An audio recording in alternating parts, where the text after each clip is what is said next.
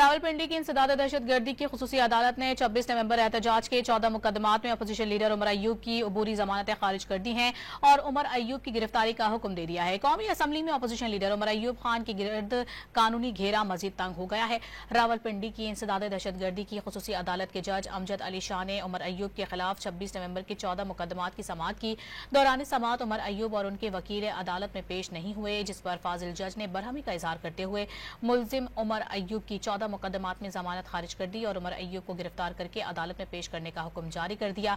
अदालत ने उमर अय्यूब और कौंसिल की अदम पैरवी पर उमर अय्यूब की अबूरी जमानत खारिज की। अपोजिशन लीडर उमर अय्यूब के खिलाफ रावलपिंडी और अटक में 24 और 26 नवंबर 2024 के पुरतशद्दुद एहतजाज के इल्जाम पर मुकदमात दर्ज हैं, जिनमें अबूरी जमानतों के लिए उमर अय्यूब ने वकील बाबर आवान के जरिए दरखास्तें दायर कर रखी थी।